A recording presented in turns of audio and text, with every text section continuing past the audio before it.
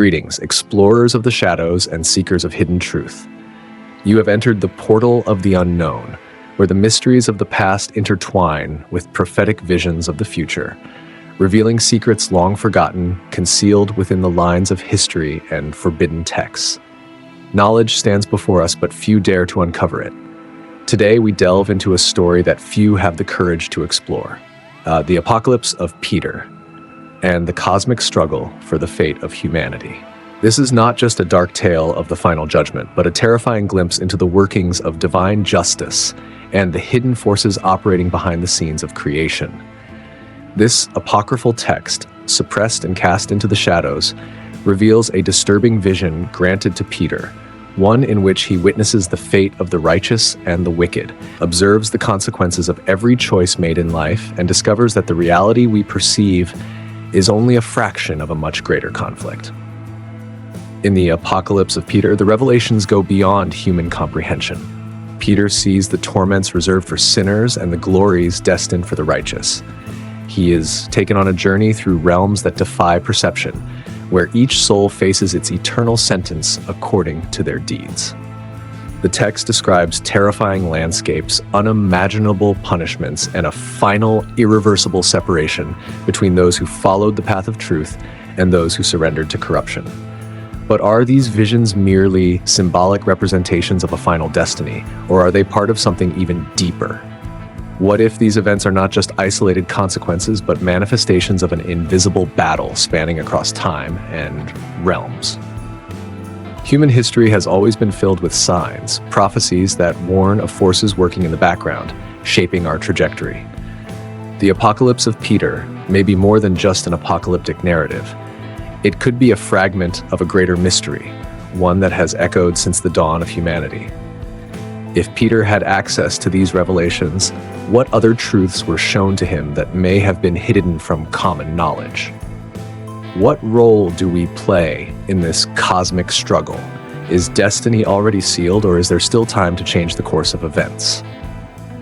Apocalyptic accounts found not only in Christian tradition, but also across numerous ancient cultures, seem to point to the same inevitable outcome, a universal reckoning where good and evil will finally be separated. The Apocalypse of Peter fits this pattern, but presents unique details. It expands the vision of the final judgment in a more graphic, detailed manner, not only describing the fate of souls, but also revealing the agents involved in this process. Angels and beings of unimaginable power are mentioned, suggesting that judgment is not merely a mechanical act of reward and punishment, but a cosmic event orchestrated on an incomprehensible scale. If these revelations are only a piece of a larger puzzle, what else remains hidden? The Apocalypse of Peter was one of the most controversial apocryphal texts, and for good reason. It not only describes eternal torment, but also suggests that there is an invisible structure behind reality, a game of forces influencing the fate of humanity in ways we can barely comprehend.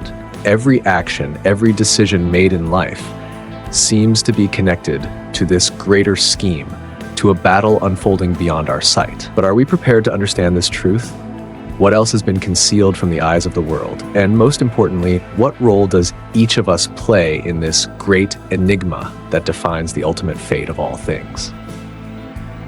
The Apocalypse of Abraham offers us another perspective, one that expands our understanding of the invisible battle shaping the fate of humanity.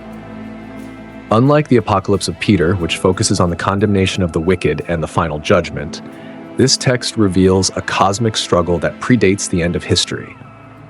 A conflict that does not merely determine the final destiny of souls, but influences every moment of human existence.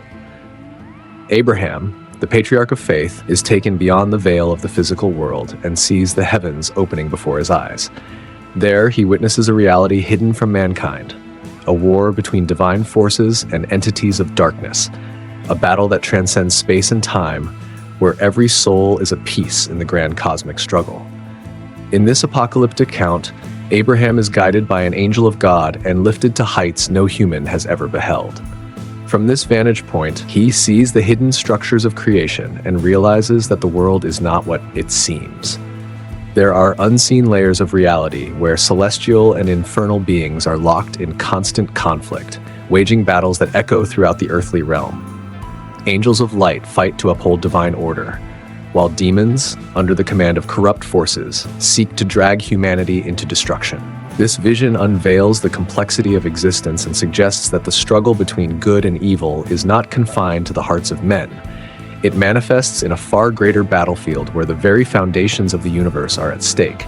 The revelation reaches its climax when God shows Abraham the collapse of a world corrupted by sin. Before his eyes, the history of humanity unfolds in a succession of events marked by downfall, suffering, and an endless war between light and darkness. Abraham sees entire cities crumbling, nations turning away from truth, rulers being seduced by power, and entire peoples falling into deception. But more than anything, he realizes that this collapse is not merely physical or political. It is a spiritual breakdown, a reflection of an invisible war that spans all ages. Humanity's fate is directly tied to this struggle between higher and lower realms, and every choice made by men mirrors this cosmic battle. What does this vision mean for us? Are we still blind to the reality that Abraham witnessed? The Apocalypse of Abraham not only exposes the world's corruption, but warns us that every human being is part of this conflict. Every choice, every thought, every action is connected to this invisible war. We are not merely spectators, we are participants, whether we realize it or not. The collapse Abraham saw was the consequence of those who strayed from truth and surrendered to the illusions of darkness. But if the downfall of humanity is real, so is the promise of redemption. The Apocalypse of Abraham does not end solely with destruction, but with the hope that those who remain faithful to the light will be preserved and rescued from this impending collapse. Just like the Apocalypse of Peter, which details the final judgment, the Apocalypse of Abraham reminds us that there is a reality far beyond what our eyes can perceive. Forces are at work in this world, trying to influence history's course and the destiny of souls. Are we prepared for this truth? Or do we continue living as if nothing is happening, ignoring the signs and warnings that have echoed through the centuries? The invisible war rages on, and the question remains, which side are we on? In the Book of Revelation, chapter 12, verse 7, we find a powerful echo of these visions. Then war broke out in heaven. Michael and his angels fought against the dragon, and the dragon and his angels fought back. This passage is not just a symbolic depiction of a spiritual battle. It is confirmation that the struggle between light and darkness not only exists, but has always been at the heart of human history. The Apocalypse of Peter reveals the consequences of the final judgment. The Apocalypse of Abraham unveils the invisible war shaping the fate of souls. Now, the Book of Revelation by John gives us a broader vision of this conflict, describing the ultimate battle between celestial forces and the hosts of darkness.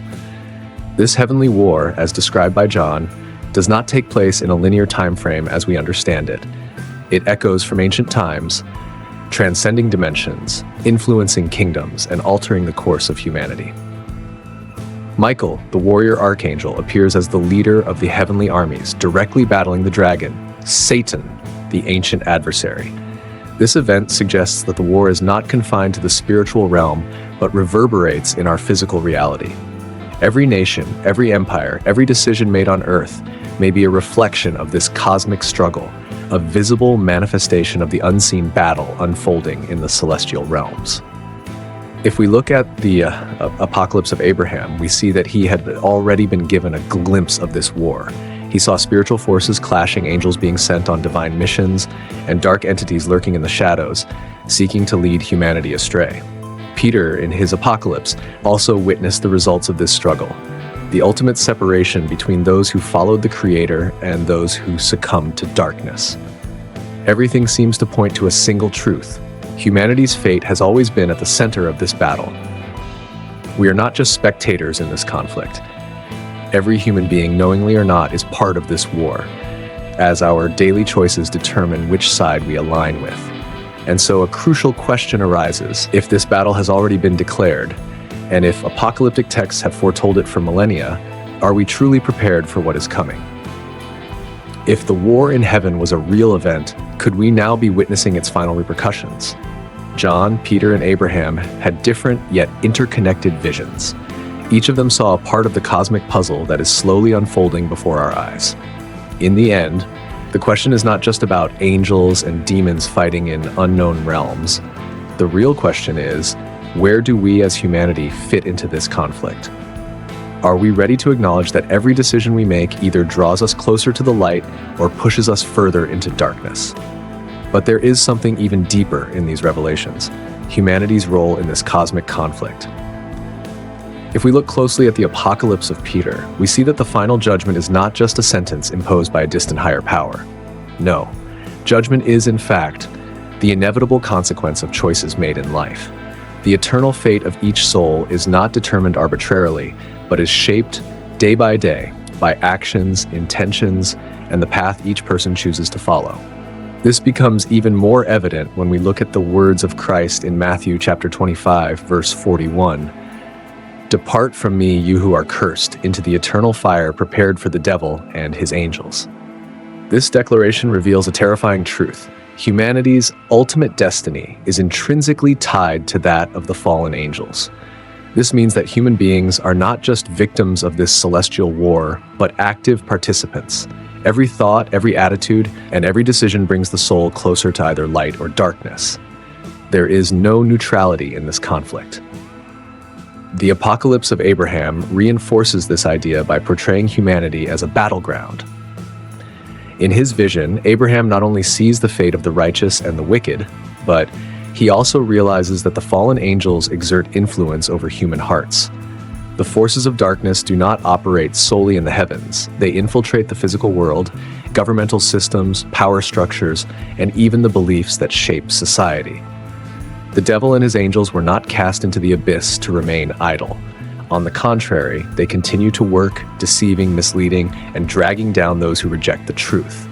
This spiritual reality leads to an inevitable question. If every human being is involved in this conflict, how can we ensure we are on the right side? The answer, according to apocalyptic texts, lies in repentance, vigilance, and the sincere pursuit of truth. The Apocalypse of Peter warns us about the consequences of spiritual negligence, while the Apocalypse of Abraham exposes the invisible forces that seek to manipulate human destiny.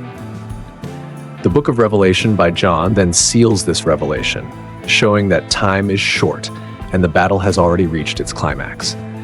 If both sacred and apocryphal texts point to the same conclusion, this means that the choices we make now are more crucial than ever.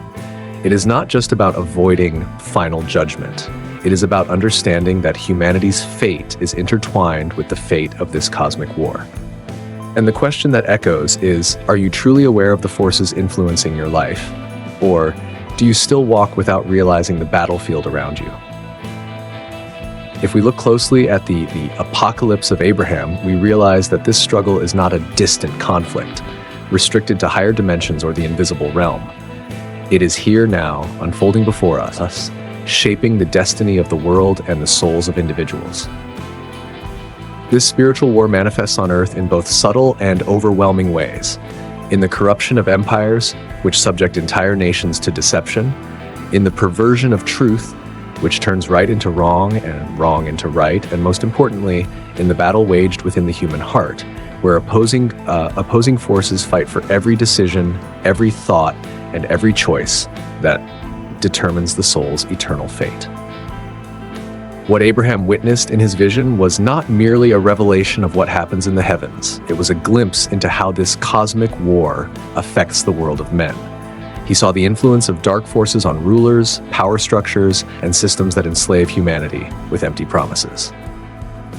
In his apocalypse, God reveals to Abraham that mankind's corruption and decline are not mere historical accidents, but a direct reflection of the influence of the entities of darkness, who tirelessly work to lead humanity away from redemption.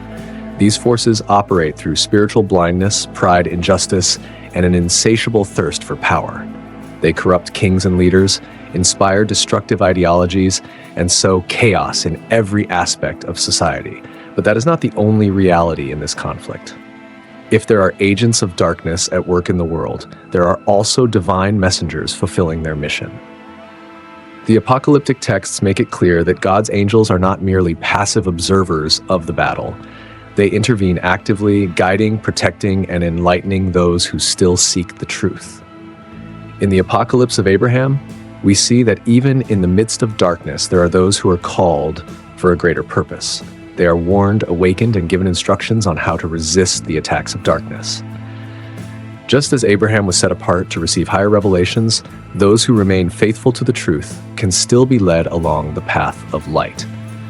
And this is where humanity's greatest challenge arises, the ability to discern between truth and illusion. If dark forces dominate empires, corrupt leaders, and distort reality, then how can we be sure that what we accept as truth is not, in fact, a deception carefully designed to lead us astray? This is one of the greatest dangers of spiritual warfare. The subtle deception that seduces, that promises liberation, but in reality enslaves. In the Apocalypse of Peter, the Apocalypse of Abraham, and the Book of Revelation, the warning is always the same. Be cautious of what appears to be true, for not everything that shines is light. Thus, the battle is not just about grand future events. It is happening now, within each of us. The question we must ask ourselves is, can you perceive the invisible war around you? Can you recognize when you are being influenced by forces seeking to lead you astray? Because in the end, this war will not be won solely in the heavens. It will be won within the soul of every human being who chooses the light over the darkness. Today, more than ever, we can feel the echoes of this cosmic war in every aspect of our reality. The moral chaos, spiritual crises, and the degradation of faith are not isolated phenomena, but direct reflections of this invisible conflict unfolding in the spiritual realms. What we see in our world, the corruption of values, the loss of purpose, and the constant pursuit of fleeting satisfaction, is the result of an ongoing war where the forces of darkness strive to take control of the mind and heart of humanity. The truth is distorted, justice is perverted, and many are blinded by the false light of illusions. The moral crisis we face today, where right and wrong seem to be constantly redefined, reflects the consequences of a cosmic battle that transcends the boundaries of time and space. The weakening of faith, the growing secularization, the abandonment of spiritual traditions, all of this points to a world that is gradually being consumed by the forces of evil.